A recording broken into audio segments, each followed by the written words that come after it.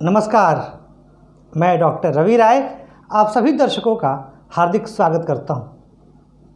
प्रिय दर्शकों, आज हम चर्चा करने वाले हैं जन्म कुंडली में निर्मित होने वाले कूर्म योग के बारे में।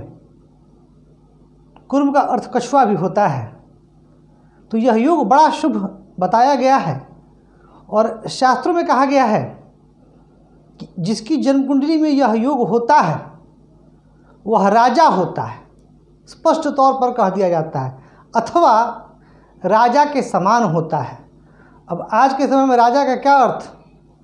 प्रधानमंत्री अथवा किसी बहुत ऊंचे पोस्ट पर होना, क्योंकि राजा के तुल्य भी, यानी पार्लियामेंट में पहुंचना, सांसद बनना, या पॉलिटिक्स में ऊंचा पद प्राप्त करना, या प्रशासन में ऊंचा पद प्राप्त करना, यह कूर्म योग की पहचान है।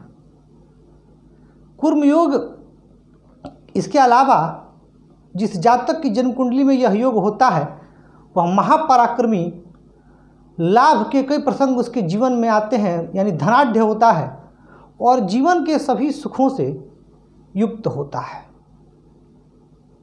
तो कूर्म योग का एक बड़ा ही विशेष महत्व बताया गया है। बड़ा सरल नियम है इसका, लेकिन यह जन्म कुंडली में बहुत रेयर है। इस योग का मिलना किसी भी जन्म कुंडली में बहुत रेयर है, परंतु जिसकी जन्म कुंडली में यह योग होता है वह व्यक्ति सफलता के सर्वोत्तम या सर्वोच्च शिखर पर विराजमान होता है। आइए समझते हैं क्या नियम है। शास्त्र कहता है कि यदि शुभ ग्रह अपनी स्वराशि, उच्च राशि, मूल त्रिकोण राशि अथवा मित्र नवमांश में हो और कहाँ स्थित हो? पंचम भाव, छठे भाव और सप्तम भाव में। पुनः कह देता हूँ, शुभ ग्रह होने चाहिए पंचम भाव, षष्ठम भाव और सप्तम भाव में, और उनकी राशि क्या होनी चाहिए? या तो उच्च राशि में हो, या स्वराशि में हो, मूल त्रिकोण राशि में हो, मित्र राशि में हो, या मित्र नवांश में हो। और कहा गया कि लग्न में तृतीय भाव में और लाभ भाव में पापग्रह स्थित हों और ये पापग्रह भी अपनी स्वराशि, उच्च राशि अथवा मूल त्रिकोण अथवा मित्र राशि में स्थित हों। जब ये दोनों कंडीशंस सेटिस्फाइड होंगी, जब ये दोनों कंडीशंस फुलफिल होंगी, तभी कूर्म योग बनेगा।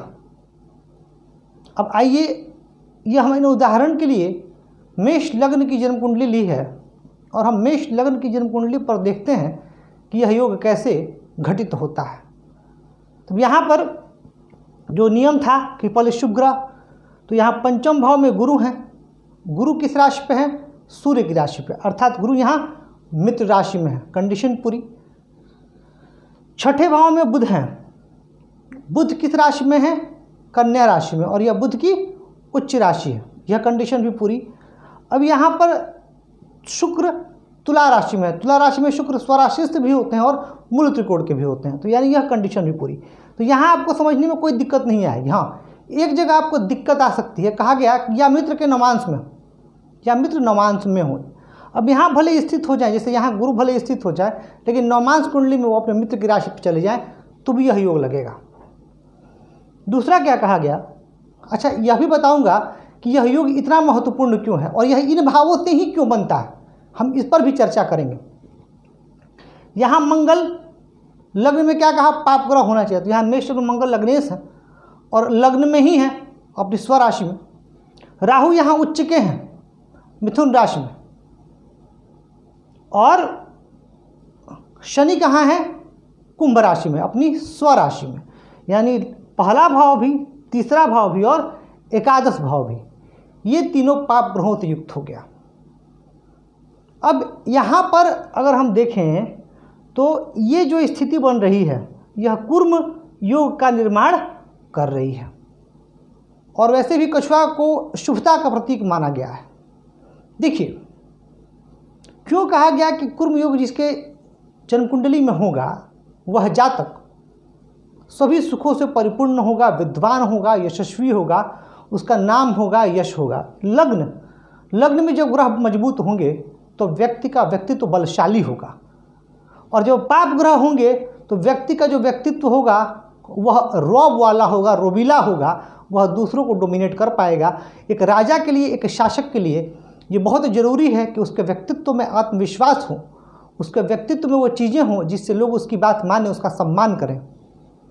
पराक्रम में ग्रहों का होना इसलिए ज़रूरी है कि जब तक कोई राजा पराक्रमी नहीं होगा, मेहनती नहीं होगा, तब वह राज्य का या अपने कार्यों का वह निर्वहन ढंग से नहीं कर पाएगा, क्योंकि कार्यों के निर्वहन के लिए पराक्रम की आवश्यकता होती है। इसलिए पराक्रम भाव का भी यहाँ मजबूत होना परम आवश्यक है। ठीक उसी तरह लाभ, सब कुछ है लेकिन अगर लाभ नहीं है तो जीवन व्यर्थ है। तो लाभ भाव भी यहाँ मजबूत हो रहा है, यानी व्यक्ति स्वयं बलिष्ठ पराक्रम करने वाला और पराक्रम के साथ साथ पराक्रम लाभ का यह संगम चल रहा है। अब इन शुभ ग्रहों पर आ जाते हैं। वैसे भी यहाँ बुध होंगे तो और पूर्व में हम चर्चा कर चुके हैं, वसुमती योग, चंद्राध योग, लग्नाध योग। अब धीरे धीरे आप इन सभी योगों से वाकिफ हो रहे हैं, तो ये योग भी लगेंगे। पंचम भाव होता है बुद्धि और विवेक का स्थान। जो पंचम भाव में ग्रह मजबूत अवस्था में होंगे तो व्यक्ति की बुद्धि अच्छी होगी, उसका विवेक अच्छा होगा, और पंचम भाव संतान का भी भाव है तो उस व्यक्ति की संतान भी अच्छी होगी। यानी पंचम भाव भी मजबूत हो रहा है, यानी व्यक्ति के जीवन में उसका बुद्धि भी अच्छा, विवेक भी अच्छा, संतान भी अच्छा। पूर्व में इतने अच्छी चीज़ों आप देख ही चुके हैं। छठा भाव रोग, ऋण और शत्रु। जब यहाँ पे ग्रह होंगे तो यहाँ शुभता लाएंगे तो रोग खत्म होगा, शत्रु होंगे भी तो दबेंगे, और ऋण भी नहीं रहेगा, यानी व्यक्ति शत्रुओं को भी दबाएगा। जब यहाँ ग्रह उच्च के होंगे तो भले शत्रु कितने भी उच्च स्तरीय हों पर विजय उस व्यक्ति की होगी। और सप्तम भाव विवाह स्थान, तो जब व्यक्ति के जीवन में उसका लाइफ पार्टनर भी अच्छा होगा, और भावात्म भावों के सिद्धांत से यह दशम से दशम है तो यह सप्तम भाव व्यवसाय का है विचार। तो जब ये सारे घटक एक साथ मिलकर के व्यक्ति के जीवन में अच्छे हो रहे हैं तो वह व्यक्ति भाग्यशाली होगा ही। तो अगर कह दिया गया कि वह राजा होगा, राजा के सदृश होगा, धनवान होगा, विद्वान होगा, उसकी वक्तृत्व क्षमता अच्छी होगी, यानी बोलने की जो कला है, समझाने की जो कला है, वह कला अच्छी होगी, तो इसमें आश्चर्य कैसा।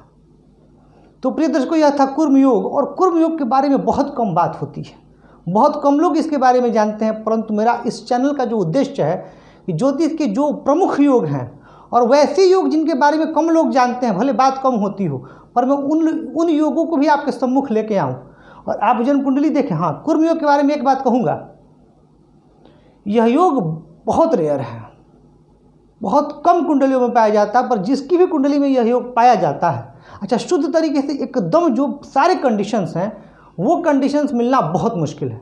अगर एक दो कंडीशंस भी मिल जाए तो व्यक्ति राजा तो नहीं बनेगा पर अपने जीवन में सफल बहुत हो जाएगा।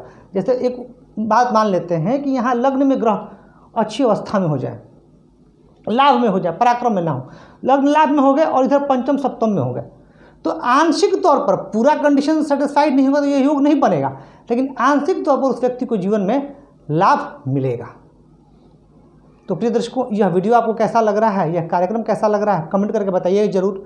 और यदि आप किसी विषय पर चाहते हैं कि मैं वीडियो बनाऊं तो आप कमेंट करके बता सकते हैं। अगर पॉसिबल हुआ तो मैं उस पर भी वीडियो बनाने का प्रयास अवश्य करूंगा। तो आज आपसे इजाज़त लेता हूं। धन्यवाद।